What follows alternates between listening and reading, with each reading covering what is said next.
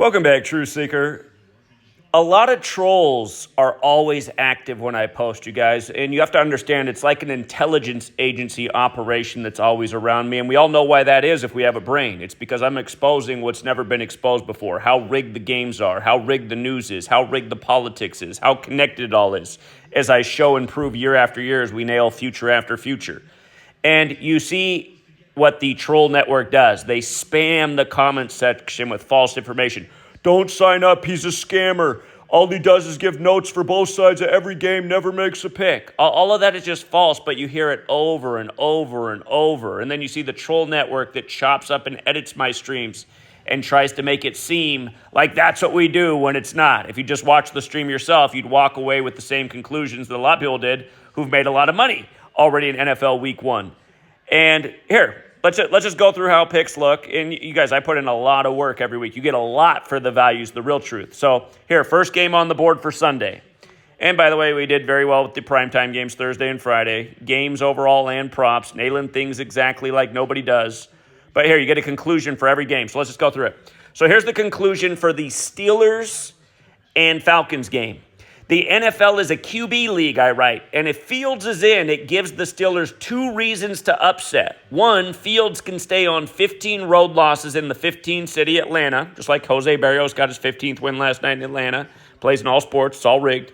And 2, Kirk Cousins can pick up his 31st home loss. Steelers equals 31. Historically, 31 is a good number in Steelers games. If that happens, the Falcons will get their 16th loss versus the Steelers. 1 equals 16, like week 1. On 7-date numerology, 16 breaks down to 7. Also, if the Falcons coach loses, he is 4-8 at age 48. Atlanta also equals 48. If you're new here, it's based on the alphabetic order, forwards and backwards. That's how you get these values out of words. And if he loses his first 2, he is 4-9 after Philly. Eagles 49. For all you freebies, there's a tip. If you're one of my dumb trolls, maybe that doesn't make any sense to you. Okay, so again, I mean, if you can't read something like that and you don't know what side of the game I am, it's because you're brain dead. Think about walking around outside with a bicycle helmet on. All right, let's go out to the next game. It looks like there are several reasons the Cardinals could upset the Bills, and it is possible, but I see the longer narrative for the Bills to become 5-0 at home after they face the Chiefs and 49ers. See how I spell that out? Thus, I think the right call here is the Cardinals with the points. They were a 6.5-point dog today. They lost by 6. Again, anyone who does good work will lay out the full equation and tell you why they're siding with the side they're siding with. That's what I do every week. Morons look at that and they go, oh, well, you gave scenarios for both sides. See, anytime anyone writes that in my comments, you can just know they're part of the troll network who likely work for the Vegas bookies, the casinos. People hate what we do. I've taught people how to turn small bills into stacks of big bills, and we've been doing it for a decade. All right, next game, Titans-Bears. See what we wrote here. We wrote, conclusion, there's a long history of 77 in Chicago, the city divided into 77 neighborhoods, and this game is on 7-date numerology, and the Bears can become 7-7 at home versus the Titans with a win. Somebody really liked what I said because they know about the long history of 77. They took the Bears down 17-0 and made a huge payout on a small bill today. But again, they can become 7-7 at home versus the Titans with the win. That stands out. They can also become 3-4 at home versus Tennessee. Tennessee equals 34 while staying on 47 losses at home versus the AFC, where Tennessee's also 47, like how they did Steve Air McNair dirty on the 4th day of the 7th month. In Building 4, in a brick building, totally Masonic. If that happens, Will Levis will fall to 3-7 on 7-date numerology where Chicago's 37. Also, the Bears can get their 43rd win in week 1. That is the narrative that seems strongest to me. But it is dangerous, so you might want to think about this game. Again, it was dangerous, but I'm going with that side because I know about 77 and Chicago. Okay? Patriots, Bengals. Haters said that haters in the comments were lying, saying that I had the Bengals. No, not at all. I've been talking about this game for weeks. We've been looking at NFL Week 1 for weeks, and I've been saying the same thing the whole time. I've been telling people for weeks that this looks like the best upset of the week. I wrote, personally, I think the Patriots are a dollar parlay must. That is terminology for guys who like who have that one small bill bet where they're trying to make it into a stack of big bills for the week. This was the game to do it with. Personally, I think the Patriots are a dollar parlay must for 3 reasons. 1, the Bengals coach can fall to 37-45 if he's upset. Patriots equals 37, New England 45. 2, Joe Burrow is notorious for slow starts. 3, there's a ton of value if the Bengals do get upset. Or if you want to play it more costly, you could take the Bengals with the points. They're a 9-point dog on 7-8 numerology. Yeah, I know at a game time they went to a 7.5-point dog. It did change over the course of the week, but that was still on the side of the 7. So, again, I do write a little bit more there about how the Bengals could still start the year very well. We'll see if that happens. Texans and Colts, I thought this was the most dangerous game. And understand we do live streams, too, where I talk about this beyond what I write. But you can see you get your money's worth in terms of what I write. Conclusion, close call. The Colts can get their 34th win in week 1. Texans 34, and Richardson can become 3-2, similar to Houston 32, as well as 2-0 versus the Texans, where Texans 20. That said, if the favored Texans do win, Stroud is primed to become 5-5 on the road in the next game in 55 land, Minneapolis. Did you guys see who was working the Vikings game today for the ref? It was number 55.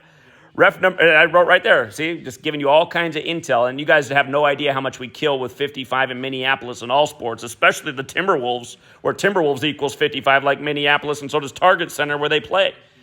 But ref number 55 is working their game this week. So that is something to think twice about. Also, the Colts could stay on 20 home wins in week 1, Texans 20, and pick up their 19th loss in week 1 on the 8th, 19-8 prime. Also, the Colts can get 19th home loss versus AFC South on the 8th. 19's the 8th prime. And the Texans can get their 30th road win versus their division, Colts 30. As always, you can take underdogs with points or shop for a better game. If you took the Colts with the points, you won your bet because they were a 2.5-point dog and they lost by 2. But I explained that I was not crazy about that game because there was a lot on both sides. I mean, you could even argue actually that there was more on the Texans side. I couldn't decide what to do with that game. Again, you don't need to pick them all. Jaguars, Dolphins. Let's see. Again, even a guy in the short bus should understand this one. Dolphins can improve to 6-6 all-time versus Jaguars. Jacksonville Jaguars equals 66. Hard Rock Stadium 66. If you had a compilation of my videos over the last 11 years, you'd heard me say so many times if 66 or 77 comes up in a Jaguars game, don't fade it. We won on both in this game. Tyreek Hill got his 77th career touchdown too with a nice prop bet. The number 66 has a long history with the Jags. The Jags can also get their 19th loss versus the AFC East on the 8th, 19-8 prime. And like it says right here, and while I never go against 66 in a Jags game, if there is a reason to think twice, again, I'll always lay out the other side of the equation so you can make up your own mind for everything I see. But if you have a brain, it's obvious what way I'm going in this game. I just said I never go against 66. A mental midget might read that and be like, well, wait a minute, but then you said think twice? Learn how to read, moron. Reading comprehension. It's a real thing. Panthers versus Saints. Let's see. Historically, 73-38 hit in Panthers games consistently, and they can hit for Carr, that's the quarterback of the Saints, by him getting his 73rd win and 38th home win. Carolina 73, Panthers 38. The Saints coach can also get his 25th win on 25-date numerology. Keep in mind this game is on the Virgin Mary's birthday, the Queen of all Saints. For one more, the Panthers can get their 19th loss in week 1. Saints equals 19. And for another, the Saints can get their 38th home win versus their division. Panthers 38. Okay, and then you get a little more information about what could happen in week 2. So, yeah, I mean... Anyway, Vikings, Giants. Here, what do we have here? What do we have here in the conclusion? Close call, I did say. Daniel Jones picking up his 38th all-time loss, Minnesota 38, and his 37th regular season loss, Vikings 37, stands out. It's a QB league. Again, I always emphasize that. The QB narratives are what I'll write on. I always have. And even in a close call, if I have to pick the game, that's the way I'm going, the stronger QB narrative. The Giants can also get their 19th loss versus the Vikings on the 8th, in the prime number relationship, and the Giants coach can pick up his 19th loss as well. Keep in mind, ref number 55 is working the game, and Minneapolis loves 55. The biggest concern was a division thing, but like I said, the division stuff it misses a lot. So division stuff's most important when it's a division matchup. This was not. This is NFC North versus NFC East. All right, you don't get the rest of the information because those games are live, and, join the Patreon. But yeah, I just wanted to put out this video. All year I'll have the same trolls saying the same thing, but I just want you guys to understand. Network of trolls spamming the comments, and I will be blocking and deleting trolls all day, and then they'll cry and say, oh, Zach censors in his comments. Yeah, I'm censoring a bullshit campaign against me that's built on nothing but lies, okay? For my work, you get awesome work, unprecedented work. That's why there's so many imitators out there. And again, it is a great value because I work my ass off putting all this together day in and day out. I'm not just doing the NFL. I mean, just alone with the NFL, it takes forever. You're getting everything. Baseball, WNBA, other sports. NBA's about to get going. You get it all. Congrats to the winners. We're torching. And until next time.